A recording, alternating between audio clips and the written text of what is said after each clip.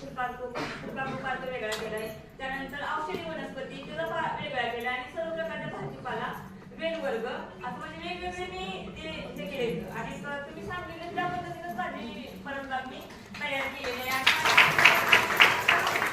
काढायला आलाय म्हणजे आता तो आम्ही काढून ते मुलांसाठी वापरणार आहे, तर आम्ही त्याच्यामध्ये टाकणार आहे. पण अतिशय छान सरांनी मार्गदर्शन केलं आणि